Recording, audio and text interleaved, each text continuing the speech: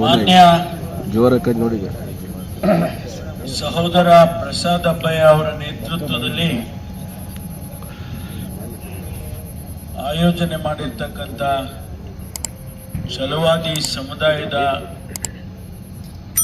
ಈ ಸಭೆಯಲ್ಲಿ ಉಪಸ್ಥಿತರಿರ್ತಕ್ಕಂಥ ನಮ್ಮೆಲ್ಲರ ಹಿರಿಯರಾಗಿರ್ತಕ್ಕಂಥ ಕುಟ್ಬಾಗಿಯವರೇ ಮತ್ತು ಎಲ್ಲರ ಹೆಸರು ತಗೊಳಕ್ಕಾಗಲ್ಲ, ಪ್ರಸಾದ್ ಅಬ್ಬಯ್ಯನವ್ರ ಹೆಸರು ಮಾತ್ರ ತಗೋತೀವಿ. ಸಹೋದರ ಪ್ರಸಾದ್ ಅಬ್ಬಯ್ಯನವರೇ ಮತ್ತು ಈಗ ತಾನೇ ತಮ್ಮನ್ನ ಉದ್ದೇಶಿಸಿ ಮಾತನಾಡಿದಂಥ ಪ್ರೊಫೆಸರ್ ಡಾಕ್ಟರ್ ಎಸ್ ಅನ್ನಪೂರ್ಣ ಅವರೇ ಮತ್ತು ಸುಭಾಷ್ ನಾಟೇಕರ್, ಯಾಕಂದ್ರೆ ಅವರು ಪ್ರೊಫೆಸರ್, ಮತ್ತು ಆ ಭಾಗದಲ್ಲಿ ಕುಳಿತಿರ್ತಕ್ಕಂಥ ಎಲ್ಲ ಸಹೋದರರೇ, ಮಳೆ ನಮಗೋಸ್ಕರ ಸ್ವಲ್ಪ ತಡೆದಿದೆ, ಅದರಿಂದ ಬೇಗ ಮಾತನಾಡಿ ಮುಗಿಸ್ತೇನೆ. ಮೊದಲನೇದಾಗಿ ನಿಮ್ಮೆಲ್ಲರಿಗೂ ಕೂಡ ವಿಶೇಷವಾದ ಅಭಿನಂದನೆಗಳನ್ನು ಸಲ್ಲಿಸ್ತೇನೆ. ಸಾಮಾನ್ಯವಾಗಿ ಛಲವಾದಿಗಳು ಒಂದ್ ಕಡೆ ಸೇರಲ್ಲ, ಅಂಥದ್ರಲ್ಲಿ ನೀವೆಲ್ಲ ಇಷ್ಟೊಂದು ಜನ ಸೇರಿದ್ದೀರಿ ಅಂತ ಹೇಳಿದ್ರೆ ಬಹಳ ಸಂತೋಷ ಆಗ್ತದೆ. ಭಗವಾನ್ ಬುದ್ಧನಿಗೆ ನನ್ನ ನಮನಗಳು ಮತ್ತು ಬಾಬಾ ಸಾಹೇಬ್ ಅಂಬೇಡ್ಕರ್ ಅವರಿಗೆ ನನ್ನ ನಮನಗಳು. ಬಹುಶಃ ಈ ದೇಶದಲ್ಲಿ ಅವರು ಹುಟ್ಟದೆ ಹೋಗಿದ್ರೆ, ಅವರಿಬ್ರು ಮಹಾಪುರುಷರು ಹುಟ್ಟದೆ ಹೋಗಿದ್ದಿದ್ರೆ ನಾವೆಲ್ಲಿರ್ತಿದ್ವೋ ಗೊತ್ತಿಲ್ಲ. ಹಾಗಾಗಿ ಅವರಿಬ್ಬರ ನೆನಪನ್ನ ನಾವು ಯಾವತ್ತೂ ಕೂಡ ಪ್ರತಿನಿತ್ಯ ಮಾಡಿದ್ರು ಕೂಡ ಸಾಲದು ಅಂತೇಳಿ ನನಗನ್ಸುತ್ತೆ. ತಾವೆಲ್ಲ ಮಾತನಾಡಿದಂತ ಪ್ರತಿಯೊಬ್ಬರು ಕೂಡ ನನ್ನನ್ನ ಮುಖ್ಯಮಂತ್ರಿ ಮಾಡೋದಕ್ಕೆ ಮಾತಾಡಿದ್ದೀರ. ನಾನು ತಮಗೆಲ್ಲ ಆಭಾರಿಯಾಗಿದ್ದೇನೆ. ಆದ್ರೆ ನೀವು ಈ ಮುಖ್ಯಮಂತ್ರಿ ಮಾತಾಡ್ತಿದ್ದೀರಿ ಅಂತಂದ್ರೆ ನಾನು ಗೊತ್ತಿರ್ಲಿಲ್ಲ. ಯಾಕೆಂದ್ರೆ ನನ್ನನ್ನು ಕುಂಡ್ರಿಸ್ಕೊಂಡು ನೀವು ನನ್ನನ್ನೇ ಮುಖ್ಯಮಂತ್ರಿ ಮಾಡ್ತೀನಿ ಅಂತ ಮಾತಾಡೋದಿದೆಯಲ್ಲ, ಅದು ಒಂದು ವಿಪರ್ಯಾಸ. ನೀವು ಮಾತಾಡ್ಕೋಬೇಕು, ನೀವು ಮಾತಾಡಿಕೊಂಡು ನೀವು ಸಂಘಟನೆ ಮಾಡಿ ನೀವು ಸಮಾಜದಲ್ಲಿ ರಾಜ್ಯದಲ್ಲಿ ಒಂದು ಧ್ವನಿಯನ್ನ ಎತ್ತಬೇಕೇ ವಿನಃ ನನ್ನನ್ನು ಕುಂಡ್ರಿಸ್ಕೊಂಡು ಯಾರಿಗೆ ಸಮಾಧಾನ ಮಾಡಕ್ ಮಾಡಿದ್ರಿ. ಆದ್ರೆ ನಿಮ್ ಪ್ರೀತಿ, ನಿಮ್ ಗೌರವ, ನೀವು ಕೊಟ್ಟಿರ್ತಕ್ಕಂಥ ಶಕ್ತಿ, ನಾನು ತಮ್ಗೆಲ್ಲರಿಗೂ ಕೂಡ ಆಭಾರಿಯಾಗಿದ್ದೇನೆ. ಇವತ್ತು ಅಧಿಕಾರ ಬರುತ್ತೆ, ಅಧಿಕಾರ ಬರದೇ ಇರೋಲ್ಲ. ಆದ್ರೆ ನಮಗೆ ಅಧಿಕಾರ ಕೊಡಿ ಅಂತ ಕೇಳುವಂತ ಧ್ವನಿ ಬರ್ಬೇಕಲ್ಲ. ನಾನು ಬಹುಶಃ ನನಗೆ ಗೊತ್ತಿಲ್ಲ, ನಾನು 35 ವರ್ಷದ ಹಿಂದೆ ರಾಜಕಾರಣಕ್ಕೆ ಬಂದವನು, ರಾಜಕೀಯಕ್ಕೆ ಬರಬೇಕು ಅಂತ ಬಂದವನಲ್ಲ. ನಾನು ಆಕಸ್ಮಿಕವಾಗಿ ರಾಜಕೀಯಕ್ಕೆ ಬಂದೆ. ಆದ್ರೆ ಜಾತಿ ಮತ್ತು ಅಪಮಾನ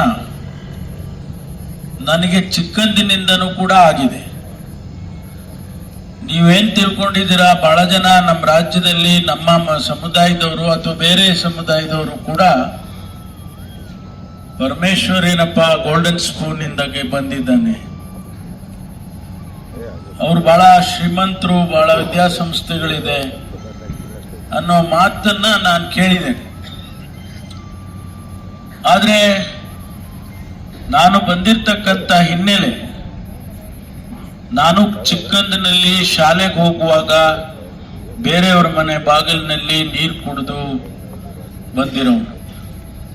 ಯಾವ ರೀತಿ ಹಿಂಗೆ ನೀರು ಹಾಕ್ತಾರಲ್ಲ ಆ ರೀತಿ ನೀರು ಕುಡಿದು ಬಂದಿದ್ದೇನೆ. ಆ ಅಪಮಾನ ನನ್ನ ಹೃದಯದ ಭಾಗದಲ್ಲಿ ನಿಂತು ಹೋಗ್ಬಿಟ್ಟಿದೆ. ಅದು ಕಲೆ ಗಾಯವಾಸಿ ಆಗಿರ್ಬೋದು, ಆದ್ರೆ ಕಲೆ ಹಂಗೆ ಉಳಿದು ಹೋಗ್ಬಿಟ್ಟಿದೆ. ಅದನ್ನೆಲ್ಲಿ ಏನ್ ಮಾಡೋದು, ನಾನು ಬೇರೆ ಪ್ಲಾಸ್ಟಿಕ್ ಸರ್ಜರಿ ಮಾಡೋಕ್ಕಾಗೋದಿಲ್ಲ. ಆದ್ರಿಂದ ಆ ಅಪಮಾನ ಜಾತಿಯ ಭಾವನೆಗಳನ್ನ ಸ್ವಾಭಾವಿಕವಾಗಿ ಮೂಡಿಸುತ್ತೆ. ನನಗೂ ಕೂಡ ಮೂಡಿಸಿದೆ, ನಾನು ಮನುಷ್ಯ ಅಲ್ವಾ? ಆದ್ರಿಂದ ನನಗೆ ನನ್ನ ಜಾತಿನೇ ದೊಡ್ಡದು. ನಾನು ಯಾವತ್ತೂ ಎಲ್ಲೂ ಕೂಡ ನಾನು ಇಲ್ಲಿಂದ ಡೆಲ್ಲಿಗೆ ಹೋಗಿ ಫಾರಿನ್ಗೆ ಹೋಗಿ ಮತ್ತೊಂದು ಕಡೆ ಹೋಗಿದ್ರು ಕೂಡ ನನ್ನ ಜಾತಿ ಹೇಳದೆ ಬರೋದೇ ಇಲ್ಲ. ಜಾತಿ ನನಗೆ ಹೆಮ್ಮೆ ಕೊಡುತ್ತೆ. I feel proud of my cost. ನನಗೆ ನಾನು ಆಸ್ಟ್ರೇಲಿಯಾದಲ್ಲಿ ವ್ಯಾಸಂಗ ಮಾಡುವಾಗ ನನ್ನ ಪ್ರೊಫೆಸರು ಪ್ರಶ್ನೆ ಮಾಡಿದಾನೆ. ಅವ್ರಿಗೆ ಗೊತ್ತಿತ್ತೋ ಗೊತ್ತಿರ್ಲಿಲ್ವೋ ನನಗೆ ಗೊತ್ತಿಲ್ಲ. ಆದ್ರೆ ಒಂದ್ ದಿವಸ ಅವ್ರ ಮನೆಗೆ ಊಟಕ್ಕೆ ಕರೆದ್ರು. ಊಟ ಮಾಡುವಾಗ ಇನ್ನಿಬ್ರು ಇಂಡಿಯನ್ಸ್ನು ಕರೆದಿದ್ರು. ಅವರು ನೇರವಾಗಿ ನನ್ನನ್ನು ನೋಡಿ, Paramesh, how do this untouchables look in India? ನನಗೆ ಈಗ ನನ್ನ ಮಗ ಯಾಕಪ್ಪ ಇಲ್ಲಿ ಬಂದ್ರೆ ಇಲ್ಲೂ ಕೇಳ್ತಾರಲ್ಲ, ಇವನು ಯಾಕೆ ಈ ಪ್ರಶ್ನೆ ನನಗೆ ಕೇಳ್ತಾನೆ ಅಂತ ಹೇಳಿ ನಾನೆಂದೆ, ಹೌದಪ್ಪ, ನನ್ನ ನೋಡಿದ್ರೆ ನಿನಗೆ ಏನ್ ಅನ್ಸುತ್ತೆ? What do you feel looking at me? And you also look at the other Indian friend. How do you feel between both of us? ಅವಾಗ ಅವ್ರು ಹೇಳಿದ್ರು, ಏನು ಗೊತ್ತಾಗ್ತಾ ಇಲ್ವಲ್ಲ, ದೇರ್ ಇಸ್ ನೋ ಡಿಫರೆನ್ಸ್.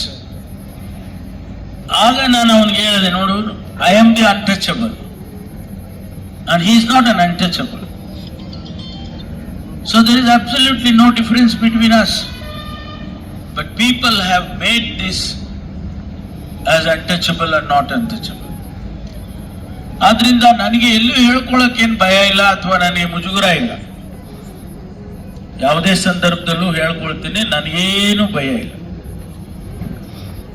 ತಾವೆಲ್ಲ ಎಷ್ಟು ಮುತುವರ್ಜಿಯಿಂದ ಇವತ್ತು ಛಲವಾದಿ ಸಮುದಾಯದವರೊಬ್ರು ಮುಖ್ಯಮಂತ್ರಿ ಆಗ್ಬೇಕು, ನಾನೇ ಆಗ್ಬೇಕು ಅಂತ ಏನಿಲ್ಲ.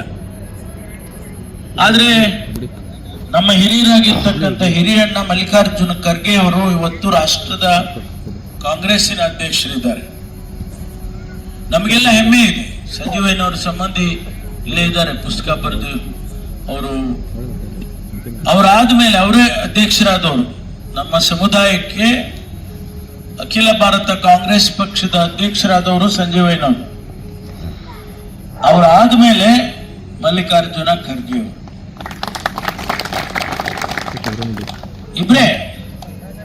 ಇಬ್ಬರೇ ಶೆಡ್ಯೂಲ್ ಕಾಸ್ಟ್ನವರಾಗಿರೋದು, ಇಬ್ರು ಛಲವಾದಿಗಳೇ ಆಗಿರೋದು. ಆದ್ರಿಂದ ನಮಗೆ ಹೆಮ್ಮೆ ಇದೆ. ನಾನು ಡೆಪ್ಯೂಟಿ ಚೀಫ್ ಮಿನಿಸ್ಟರ್ ಆದೆ. ನೀವ್ಯಾರನ್ನ ಕೇಳಿದ್ರ? ನೀವ್ಯಾರು ಈ ತರ ಪರಮೇಶ್ವರ್ ಡೆಪ್ಯೂಟಿ ಸಿಎಂ ಆಗ್ಬೇಕು ಛಲವಾದಿಗಳು ಅಂತ ಏನಾರು ಹೇಳಿದ್ರ? ಹೇಳಿರ್ಲಿಲ್ಲ. ಆದ್ರೆ ಆ ಧ್ವನಿ ಎಬ್ಬಿಸಿದೆ ನಾನು. ಉಪಮುಖ್ಯಮಂತ್ರಿ ಮಾಡಬೇಕು, ಮುಖ್ಯಮಂತ್ರಿ ಮಾಡಕ್ಕಾಗ್ಲಿಲ್ಲಪ್ಪ, ಉಪಮುಖ್ಯಮಂತ್ರಿ ಮಾಡಬೇಕು ಅನ್ನುವ ಭಾವನೆ ಅವ್ರಿಗೆ ಬರೋ ರೀತಿ ಮಾಡಿದೆ. ಬಸವಲಿಂಗಪ್ಪನವರು, ರಂಗನಾಥ್ ಅವರು, ರಾಚಯ್ಯನವರು, ಮಲ್ಲಿಕಾರ್ಜುನ ಸ್ವಾಮಿ ಅವರು, ಖರ್ಗೆ ಸಾಹೇಬ್ ಅವರು ನನಗೆ ಮುಖ್ಯಮಂತ್ರಿ ಮಾಡಿ ಅಂತ ಹೇಳಿ ವಾಯ್ಸ್ ಮಾಡಿದ್ರೆ ಮಾಡಿರೋರು. ಅಷ್ಟು ಸಾಮರ್ಥ್ಯ ಇತ್ತು ಅವ್ರಿಗೆಲ್ಲ. ಆದ್ರೆ ಅವ್ರು ಹೆದರ್ಕೊಂಡು ಏನಾಗ್ತದೋ ಏನೋ ನಾನು ಮುಖ್ಯಮಂತ್ರಿ ಸ್ಥಾನ ಕೇಳಿದ್ರೆ ಅಂತ ಹೇಳಿ ಅವ್ರು ಯಾವತ್ತೂ ಕೂಡ ವಾಯ್ಸ್ ಮಾಡಲಿ. ನಾನು ಪ್ರಾರಂಭ ಮಾಡಿದ್ದೀನಿ. ರಾಹುಲ್ ಗಾಂಧಿ ಅವರು ನನ್ನನ್ನು ಒಂದು ದಿವಸ ನಾನು ಅಧ್ಯಕ್ಷನಾಗಿದ್ದಾಗ ಡೆಲ್ಲಿಗೆ ಹೋದಾಗ ಮಾತಾಡುವಾಗ ನಾವಿಬ್ಬರೇ ಇದ್ದು, Parameshwar ji, why did you join politics? ನಾನು ಒಂದು ಮಾತು ಹೇಳಿದೆ. ಒಂದೇ ಸರ್ ಫಟ್ ಅಂತ ಬಂತು ನನಗೆ ಉತ್ತರ. I have a dream to become a chief minister of Karnataka. That is why I have join politics. ಅವ್ರಿಗೆ ಆಶ್ಚರ್ಯ ಆಗ್ಬಿಡ್ತು. ಇಲ್ಲಿ ಇವನು ಹಿಂಗೆ ಹೇಳ್ತಾನೆ. ಆಮೇಲೆ ಅವ್ರಿಗೆ ಎಕ್ಸ್ಪ್ಲೈನ್ ಮಾಡಿದೆ ಯಾಕೆ ಅಂತ. ನೋಡಿ, ನನಗೆ ವಿದ್ಯಾವಂತನಾಗಿದ್ದೇನೆ. ನಾನು ಡಾಕ್ಟರೇಟ್ ಮಾಡ್ಕೊಂಡು ಬಂದಿದ್ದೀನಿ. ನಾನು ನಮ್ಮ ತಂದೆ ವಿದ್ಯಾಸಂಸ್ಥೆಗಳು ಮಾಡಿದ್ದಾರೆ ಬಾಬಾ ಸಾಹೇಬ್ ಅಂಬೇಡ್ಕರ್ ಆಶೀರ್ವಾದದ ಮೇಲೆ. ನನಗೇನು ಕೆರಿಯರ್ಗೆ ಏನು ತೊಂದರೆ ಇಲ್ಲ, ಆದ್ರೆ ನಾನೊಂದು ಸಂದೇಶ ಕೊಡಬೇಕು ಈ ರಾಜ್ಯದಲ್ಲಿ, ಈ ದೇಶದಲ್ಲಿ. ಯಾರು ಶೋಷಿತ ಸಮುದಾಯದಿಂದ ಬಂದಿದ್ದಾರೆ ಅವರು ಕೂಡ ಈ ರಾಜ್ಯವನ್ನ, ಈ ದೇಶವನ್ನ ಆಳೋದಕ್ಕೆ ಸಮರ್ಥರಿದ್ದಾರೆ ಅನ್ನೋದು ತೋರಿಸ್ಬೇಕು ನಾನು. That is why I want to become the chief minister. ಆಮೇಲೆ ಅವರು ಎಷ್ಟೆಷ್ಟು ಏನೇನೋ ಮಾತಾಡಿದ್ರು, ಅದೆಲ್ಲ ಆಯ್ತು. ಆದ್ಮೇಲೆ ಆಚೆ ಬರುವಾಗ ಬಾಗಿಲಲ್ಲಿ ನಿಂತ್ಕೊಂಡು ಓಕೆ ಥ್ಯಾಂಕ್ ಯು ಅಂತ ಕೈ ಕೊಡ್ತಾ ಇದ್ರು. ಕೈ ಕೊಡುವಾಗ ಒಂದು ಮಾತಂದ್ರು, ಐ ರಿಮೆಂಬರ್ ಯುವರ್ ಡ್ರೀಮ್. ಯಾಕೆ ಈ ಮಾತು ಹೇಳ್ತೀನಿ ಅಂತ ಹೇಳಿದ್ರೆ, ನಾವು ನಮಗೆ ಎಷ್ಟೇ ಶಕ್ತಿ ಇದ್ರೂ ಬುದ್ಧಿವಂತಿಕೆನೂ ಇರಬೇಕು ಒಂದು ಸ್ವಲ್ಪ. ಅದಕ್ಕಾಗಿ ಇವತ್ತು ನಾನು ತಮ್ಮಲ್ಲಿ ವಿನಂತಿ ಮಾಡ್ಕೊಳ್ಳೋದೇನೆಂದ್ರೆ, ಪ್ರಸಾದ್ ಅಬ್ಬಯ್ಯ ಒಬ್ಬ ಯುವ ನಾಯಕ, ಇಸ್ ಅನ್ ಎಮರ್ಜಿಂಗ್ ಲೀಡರ್. ಈ ಭಾಗದಲ್ಲಿ ಯಾರು ನಮಗೆ ಲೀಡರ್ ಇರಲಿಲ್ಲ, ಯಾರು ಇರಲಿಲ್ಲ. ಕಿತ್ತೂರು ಕರ್ನಾಟಕದಲ್ಲಿ ಛಲವಾದಿ ಸಮುದಾಯಕ್ಕೆ ಸೇರಿದಂತ ಯಾರಾದ್ರೂ ಲೀಡರ್ ಇದ್ರ ಹೆಸರು ಹೇಳಿ ನೋಡೋಣ. ಅದಕ್ಕಾಗಿ ನಾನು ಪ್ರಸಾದನ್ನ ಆಯ್ಕೆ ಮಾಡ್ಕೊಂಡಿದ್ದೀನಿ. ಪ್ರಸಾದ್ ನಿಮ್ಮ ಆಸೆ ಆಕಾಂಕ್ಷೆಗಳಿಗೆ ಸ್ಪಂದಿಸುವಂತ ಒಬ್ಬ ನಾಯಕನಾಗಿ ಬೆಳೀತಾ ಇದ್ದಾನೆ ಅಂತ ಕೇಳಿದ್ರೆ ಬಹಳ ಸಂತೋಷ ಆಗುತ್ತೆ, ಬಹಳ ಸಂತೋಷ. ನಮ್ಮ ಪರ್ಪಸ್ ಅದೇ ಅಲ್ವಾ. ಆದ್ರಿಂದ ಅವರಿಗೆ ನಿಮ್ಮೆಲ್ಲರ ಶಕ್ತಿಯನ್ನು ದಾರಿ ಎರಿಬೇಕು. ನೀವು ಈ ಭಾಗದಲ್ಲಿ ನಾಯಕ ಆಗ್ಬೇಕು, ಮಂತ್ರಿ ಆಗ್ಬೇಕು. ಎಸ್ ಆಗ್ಬೇಕು. ಯಾಕಾಗ್ಬಾರ್ದು ಮುಕುಂದ? ಆದ್ರಿಂದ ನೀವೆಲ್ಲ ಹಿಂದೆ ಇದ್ರೆ, ಅವ್ರ ಜೊತೆಯಲ್ಲಿದ್ರೆ ಸ್ವಾಭಾವಿಕವಾಗಿ ಆಗ್ತಾನೆ, ಏನ್ ತೊಂದರೆ ಇಲ್ಲ. ಸಮಯ ಬರ್ಬೇಕಷ್ಟೇ, ಸಮಯ ಬರುತ್ತೆ, ಎಲ್ಗೂ ಹೋಗೋದಿಲ್ಲ. ಸಮಯ ಎಲ್ಗೂ ಹೋಗೋದಿಲ್ಲ, ಬರುತ್ತೆ. ನನಗೂ ವಿಶ್ವಾಸ ಇದೆ, ನನಗೂ ಬರುತ್ತೆ ಅಂತ. ಅದನ್ನ ಹೇಳ್ಕೊಂಡು ತಿರುಗಿದ್ರೆ ಬರಲ್ಲ, ಬರುತ್ತಾ? ಏನ್ ಮಾಡ್ಬೇಕು ಅದನ್ನ ಮಾಡಿದ್ರೆ ಬರುತ್ತೆ. ಆದ್ರಿಂದ ನನ್ನ ಮನವಿ ನಿಮಗೇನು ಅಂತ ಹೇಳಿದ್ರೆ,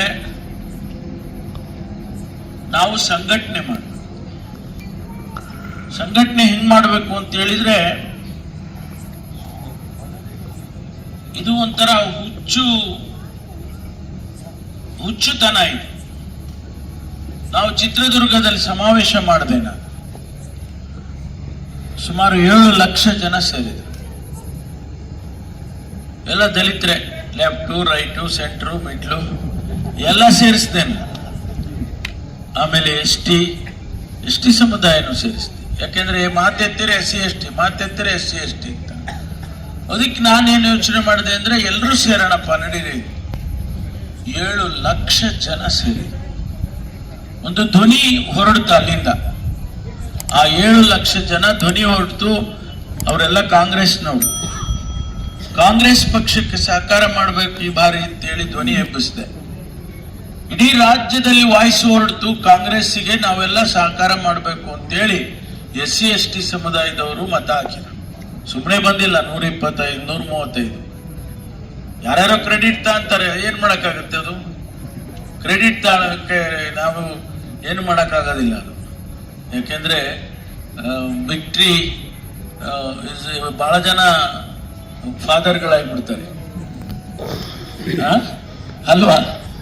ಆದ್ರಿಂದ ನಾನು ಅದನ್ನ ವಿವರಣೆ ಮಾಡಕ್ ಹೋಗೋದಿಲ್ಲ. ಆದ್ರೆ ನೀವು ಇವತ್ತು ಸಂಘಟನೆ ಮಾಡಿದ್ರೆ, ಛಲವಾದಿ ಸಮುದಾಯ ಒಂದರಿಂದಾನೇ ನಾ ಮುಖ್ಯಮಂತ್ರಿ ಆಗೋದಿಲ್ಲ ಅಥವಾ ಇನ್ಯಾರು ಆಗೋದಿಲ್ಲ. ಛಲವಾದಿ ಸಮುದಾಯ ಒಂದರಿಂದಾನೇ ಆಗತ್ತಾ? ಆದ್ರೆ ನಮ್ಮ ವಾಯ್ಸ್ ಧ್ವನಿ ಏನಾಗುತ್ತೆ, ನಮ್ಮ ಜೋರಾಗಿ ಧ್ವನಿ ಕೇಳಿದ್ರೆ ಆ ಭಾಗಕ್ಕೆ ಕಟ್ಟನೆ ಬರುತ್ತೆ, ಧ್ವನಿ ಬಂದ್ರೆ. ಆದ್ರಿಂದ ಆ ಕೆಲಸ ನೀವು ಮಾಡಬೇಕು ಅಂತೇಳಿ ನಾನು ವಿನಂತಿ ಮಾಡ್ತೀನಿ. ಪ್ರಸಾದ್ ಸಮರ್ಥರಿದ್ದಾರೆ, ಈ ಭಾಗದಲ್ಲಿ ಪ್ರಾರಂಭ ಮಾಡಿ.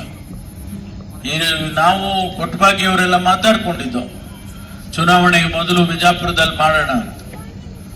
ಆದ್ರೆ ಅದು ಚಿತ್ರದುರ್ಗಕ್ಕೆ ಹೊರಟೋಯ್ತು.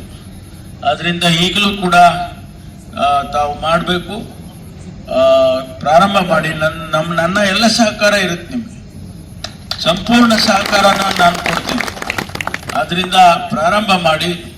ಸೆಪ್ಟೆಂಬರು ಅಥವಾ ಅಕ್ಟೋಬರು ಮಳೆ ನಿಂತು ಹೋಗುತ್ತೆ ಅಷ್ಟೊತ್ತಿಗೆ. ಯಾಕೆಂದ್ರೆ ಮಳೆಗಾಲ ಮುಗಿಬೇಕು. ಈಗ ನಮ್ಗೆ ಈಗ ಮಾಡೋಕ್ಕಾಗೋದಿಲ್ಲ. ಈಗ ಮಳೆ ಪ್ರಾರಂಭ ಆಗಿದೆ ಮಳೆಗಾಲ. ಆದ್ರಿಂದ ಈ ಮಳೆಗಾಲ ಮುಗಿಯೋವರೆಗೂ ಅಲ್ಲಲ್ಲೇ ಮಾತಾಡಕ್ ಶುರು ಮಾಡಿ. ಎಲ್ಲ ನೀವು ಸೇರಿದಾಗ ಎಲ್ಲ ಮಾತಾಡ್ಕೊಂಡ್ರೆ ಅದು ಎಲ್ಲರಿಗೂ ಕೂಡ ಮುಟ್ಟುತ್ತೆ. ಸೆಪ್ಟೆಂಬರ್ ಅಕ್ಟೋಬರ್ ಅಲ್ಲಿ ದೊಡ್ಡ ಸಮಾವೇಶ ಒಂದು ಇಲ್ಲಿ ಪ್ರಾರಂಭ ಮಾಡಿದ್ರೆ ಮತ್ತೊಂದು ಗುಲ್ಬರ್ಗಾ ಡಿವಿಷನ್ ಅಲ್ಲಿ ಒಂದು ಮಾಡೋಣ. ಆಮೇಲೆ ಮೈಸೂರು ಕಡೆ ಆ ಭಾಗದಲ್ಲಿ ಕೂಡ ಒಂದೆರಡು ಮಾಡೋಣ. ದಾವಣಗೆರೆನಲ್ಲಿ ಅಥವಾ ಮೈಸೂರಲ್ಲಿ ಆ ಭಾಗದಲ್ಲೂ ಮಾಡೋಣ. ನಾವು ಸುಮ್ಮನೆ ಹೆಚ್ಚು ಜನ ಇದ್ದೀವಿ, 40 ಲಕ್ಷ ಇದ್ದೀವಿ, 50 ಲಕ್ಷ ಇದ್ದೀವಿ, ನಾವು ಹಂಗಾಗ್ಬೇಕು ಹಿಂಗಾಗ್ಬೇಕು ಅಂತ ಹೇಳಿದ್ರೆ ಆಗೋದಿಲ್ಲ. ನಾವೆಲ್ಲರೂ ಕೂಡ ಸಂಘಟನೆ ಮಾಡಬೇಕು. ಜೊತೆಗೆ ಇನ್ನೂ ಸಾಲದು. ಬಾಬಾ ಸಾಹೇಬ್ ಅಂಬೇಡ್ಕರ್ ಅವರ ಆಸೆ ಇನ್ನೂ ತೀರ್ಲಿಲ್ಲ. ನಾವೆಲ್ಲ ವಿದ್ಯಾವಂತರಾಗಬೇಕು ಅನ್ನೋದೇ ಅವರ ಆಸೆ. ಎಷ್ಟೋ ಜನ ಆಗಿದ್ದೀವಿ ನಾವು, ಇಲ್ಲ ಅಂತ ಇಲ್ಲ. ಆದ್ರೆ ಇನ್ನೂ ಆಗ್ಬೇಕಲ್ವಾ? ಇನ್ನು ಹಳ್ಳಿಗಳಲ್ಲಿ ಊರಲ್ಲಿ ಕೂಲಿ ಮಾಡೋರು ಎಷ್ಟು ಜನ ಇದ್ದಾರೆ? ಗುಡ್ಸ್ನಲ್ಲಿರೋರು ಎಷ್ಟು ಜನ ಇದ್ದಾರೆ? ಬಹಳ ಜನ ಹಳ್ಳಿಗೆ ಹೋಗಿದಾರೆ ಎಲ್ಲೋ ಗೊತ್ತಿಲ್ಲ ನನಗೆ. ಯಾಕೆಂದ್ರೆ ನಾವೆಲ್ಲ ಪೇಟೆಗೆ ಬಂದ್ಬಿಟ್ಟಿದೀವಲ್ಲ. ಹಳ್ಳಿನಲ್ಲಿ ನೋಡಿರ್ಬೇಕು ನೀವು. ಇವತ್ತಿಗೂ ಕೂಡ ಅವರ ಪರಿಸ್ಥಿತಿಯನ್ನು ನಾವು ನೋಡೋಕ್ಕಾಗೋದಿಲ್ಲ. ಕಣ್ಣಲ್ಲಿ ನೀರಲ್ಲ, ರಕ್ತ ಬರುತ್ತೆ ಅನೇಕ ಸಂದರ್ಭದಲ್ಲಿ.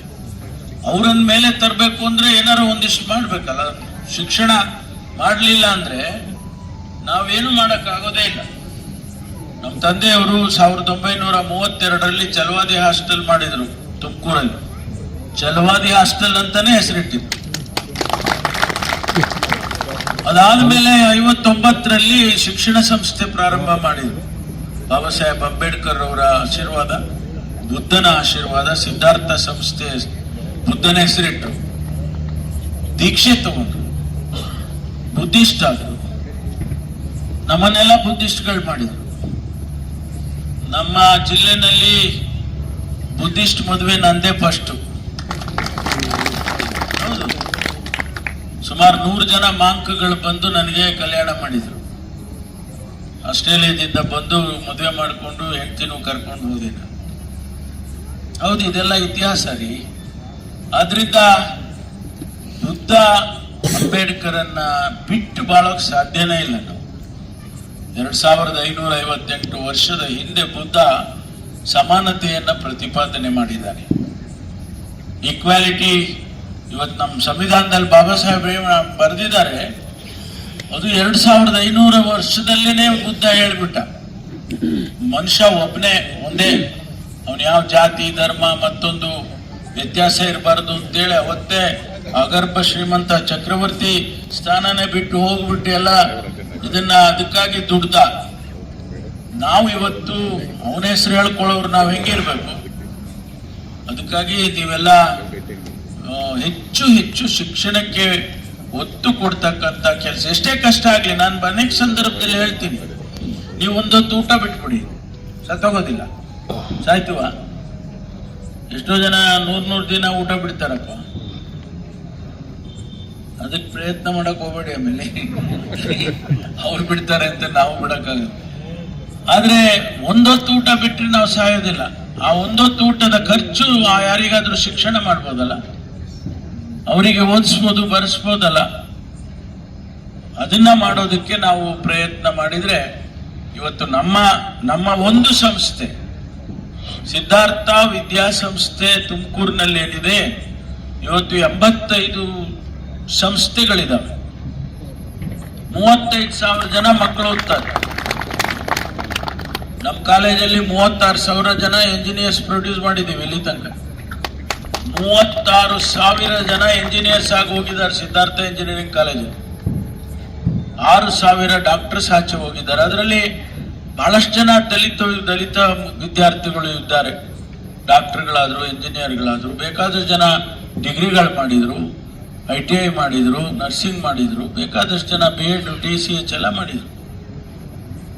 ಒಂದು ಸಂಸ್ಥೆಯಲ್ಲಿ ಅಷ್ಟೊಂದು ಜನ ಬರ್ತಾರೆ. ಅದರಲ್ಲಿ 20% ನಮಗೆ ಶಾಲೆಗಳಲ್ಲಿ, ನಮ್ಮ ಹೈಸ್ಕೂಲ್ 40 ಶಾಲೆ ಇದೆ. ಆ 40 ಶಾಲೆನಲ್ಲಿ 50% SC ST ಇರಲೇಬೇಕು. ಇಲ್ಲದ್ರೆ ಗ್ರಾಂಟ್ ಕೊಡೋದಿಲ್ಲ. ಆದ್ರಿಂದ ತಾವು ಯೋಚನೆ ಮಾಡಿ, ಎಷ್ಟು ಜನ ಮಕ್ಕಳು ನಮ್ಮವರು ಅಲ್ಲಿ SSLC PUC ಮಾಡಿ ಪಾಸ್ ಆಗಿ ಮುಂದೆ ಹೋಗ್ತಾರೆ. ಅದರಿಂದ ನನ್ನ ವಿನಂತಿ ಏನಂದ್ರೆ, ನಮ್ಮ ಈ ಹೋರಾಟದ ಜೊತೆಯಾಗಿ ನಾವು ವಿದ್ಯಾವಂತರಾಗಬೇಕು. ಎಂಪವರ್ಮೆಂಟ್ ಅಂತೀವಪ್ಪ ನಾವು. ಎಂಪವರ್ಮೆಂಟ್ ಯಾವುದು? ಎಜುಕೇಶನಲ್ ಎಂಪವರ್ಮೆಂಟ್ ಆದ್ರೆ ನಿಮಗೆ ಸ್ವಾಭಾವಿಕವಾಗಿ ಎಲ್ಲ ಬಂದ್ಬಿಡುತ್ತೆ. ಲಿಟ್ರೇಚರ್ ಓದ್ತೀರಾ, ಜ್ಞಾನ ಬರುತ್ತೆ, ಇನ್ಫಾರ್ಮೇಶನ್ ಸಿಕ್ಕುತ್ತೆ, ಹೋರಾಟ ಮಾಡ್ತೀರಾ, ಎಲ್ಲ ಆಗುತ್ತೆ. ಏನು ಗೊತ್ತಿಲ್ಲದೆ ಇದ್ರೆ ಏನ್ ಮಾಡೋದು ನಾವು?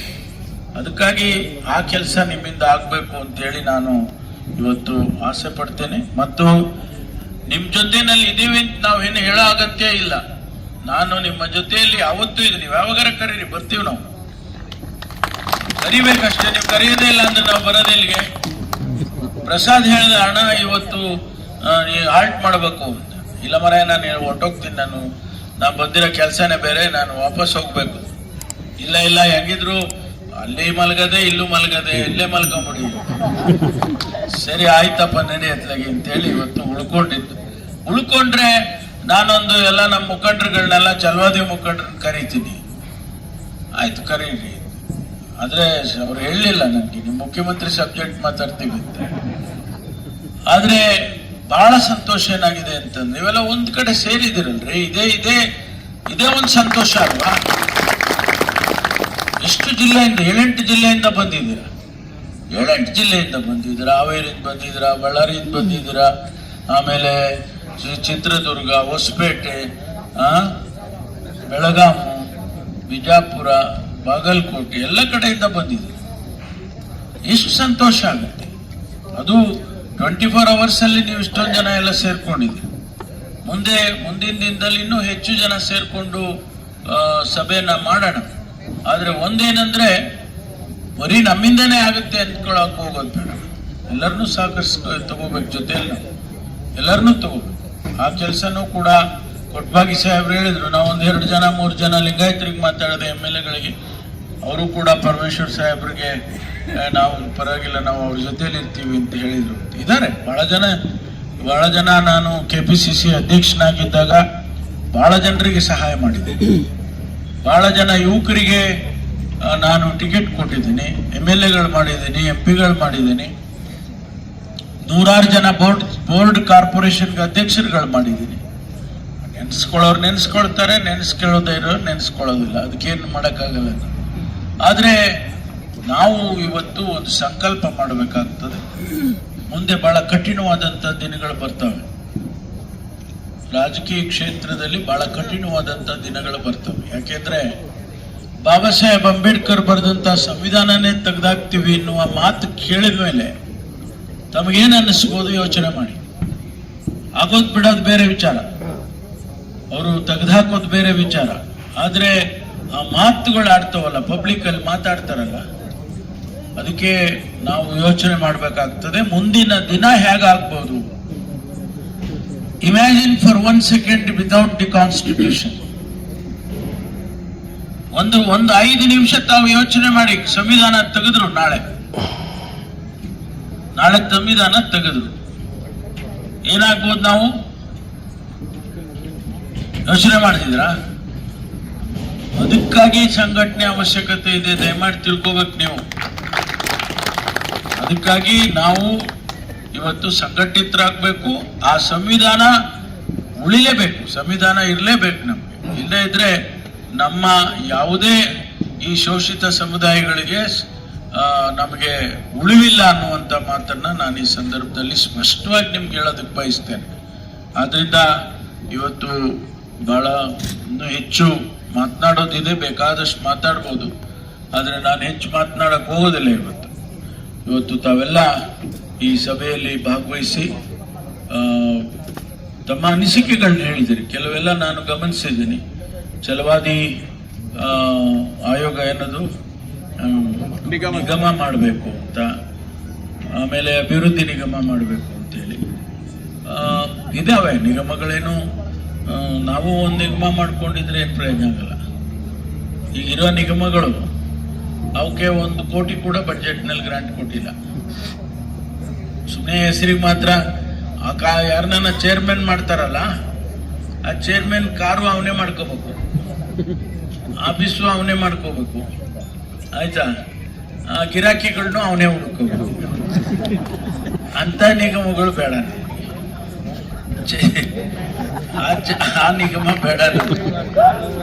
ಅಂಬೇಡ್ಕರ್ ಅಭಿವೃದ್ಧಿ ನಿಗಮ ಇದೆ, ಅದು ಎಲ್ಲ ಬಿಟ್ಟೋಗ್ಬಿಟ್ಟವ್ರು. ಅದ್ರೊಳಗಡೆ ಇದ್ದವರೆಲ್ಲ ಓವಿಗಳು ಹೋದ್ರು, ಲಂಬಾಣಿಗಳು ಹೋದ್ರು, ಆಮೇಲೆ ಏನು ಲೆಫ್ಟ್ ಹೋದ್ರು, ಎಲ್ಲ ಹೋದ್ರು. ಅದೊಂದೇ ನಾವು ಮಾತ್ರ ಉಳಿದ, ಅದೇ ಛಲವಾದಿ. ಅದೇನಪ್ಪ ಅಂದ್ರೆ ಅಂಬೇಡ್ಕರ್ರೇ ಛಲವಾದಿ ಅಲ್ರಿ, ಇನ್ಯಾರು ಬೇಕು ನಿಮಗೆ? ಅಂಬೇಡ್ಕರ್ಗಿನ್ನ ದೊಡ್ಡ ಛಲವಾದಿ ಯಾರಿದ್ದಾರೆ? ಅದರಿಂದ ಅದನ್ನ ನೋಡೋಣ. ಅದು ಅಗತ್ಯ ಇದ್ರೆ ಮಾಡ್ಕೋಬಹುದು, ಏನ್ ತೊಂದರೆ ಇಲ್ಲ. ಹೆಸರು ಚೇಂಜ್ ಮಾಡಿದ್ರೆ ಆಯ್ತು. ಅದಕ್ಕೋಸ್ಕರ ಅದರಿಂದನೇ ನಮ್ಗೇನು ಒಳ್ಳೇದಾಗುತ್ತೆ ಅನ್ನೋದಾಗೋದಿಲ್ಲ. ಬಟ್ ನೀವೆಲ್ಲರೂ ಯಾರು ವಿದ್ಯಾವಂತರಿದ್ದೀರಿ, ನೀವೆಲ್ಲ ಸ್ವಲ್ಪ ಒಂದೊಂದು ಸಣ್ಣ ಸಣ್ಣ ಕುಟುಂಬಗಳನ್ನು ಕೂಡ ನೀವು ಒಂದಿಷ್ಟು ಸಹಾಯ ಮಾಡಿದ್ರೆ ಅವು ಮೇಲೆ ಬರುವಂತ ಸಾಧ್ಯತೆ ಇರುತ್ತೆ. ಅದನ್ನೇ ಬೇರೆ ಸಮುದಾಯದ ಉದಾಹರಣೆ ಮಾಡ್ತೀವಿ. ಲಿಂಗಾಯತರು ಹಂಗ್ ಮಾಡ್ತಾರೆ, ಒಕ್ಲಿಗರು ಹಿಂಗ್ ಮಾಡ್ತಾರೆ ಅಂತ ನಾವು ಅವ್ರಂಗ್ ಮಾಡೋದೇ, ಅವ್ರಂಗ್ ನಾವು ಮಾಡ್ಬೇಕಲ್ವಾ? ಆ ರೀತಿ ಮಾಡಿದ್ರೆ ಅನುಕೂಲ ಆಗ್ತದೆ ಅಂತಕ್ಕಂಥ ವಿಚಾರ. ಹಾಗಾಗಿ ಇವತ್ತು ತಾವೆಲ್ಲರೂ ಇಲ್ಲಿ ಸೇರಿ ಒಂದು ಒಳ್ಳೆಯ ಸಭೆಯನ್ನು ಇವತ್ತು ಮಾಡಿದಿರಿ. ಮುಂದಿನ ದಿನಗಳಲ್ಲಿ ಇದನ್ನ ಒಂದು ಸ್ವಲ್ಪ ಎಕ್ಸ್ಪ್ಯಾಂಡ್ ಮಾಡಿ ದೊಡ್ಡ ಸಭೆಯನ್ನು ಮಾಡೋಣ. ನನ್ನ ಸಹಕಾರ ಯಾವತ್ತೂ ನಿಮಗೆ ಇರ್ತದೆ ಅಂತೇಳಿ ಈ ಸಂದರ್ಭದಲ್ಲಿ ಹೇಳಿ, ಬಹಳ ಇವತ್ತು 1 ವರ್ಷ ಕಳೆದಿದ್ದೀವಿ, ಸರ್ಕಾರ 1 ವರ್ಷ ಕಳೆದಿದ್ದೀವಿ. ಎಂತೆಂಥ ಸವಾಲುಗಳು ಬಂದರೂ ಕೂಡ ಅದನ್ನ ನಾವು ಎದುರದೆ ನಾವು ಮುಂದೆ ಹೋಗ್ತೀವಿ. ಅದಕ್ಕೇನು ತೊಂದರೆ ಇಲ್ಲ. ಅವ್ರೇನೋ ಪಾಪ ಬೇರೆಯವರು ಏನೇನೋ ಹೇಳ್ಕೊಳ್ತಾರೆ, ಹೇಳ್ಕೊಳ್ಳಿ, ಅದೆಲ್ಲ. ಆದ್ರೆ ನಾವು ಗಟ್ಟಿಯಾಗಿ ಇರ್ತೇವೆ. ಇನ್ನೂ 4 ವರ್ಷ ಏನು ತೊಂದರೆ ಇಲ್ಲ ಅಂತಕ್ಕಂಥ ಮಾತನ್ನು ಕೂಡ ಈ ಸಂದರ್ಭದಲ್ಲಿ ನಾನು ಹೇಳೋದಕ್ಕೆ ಬಯಸ್ತೇನೆ.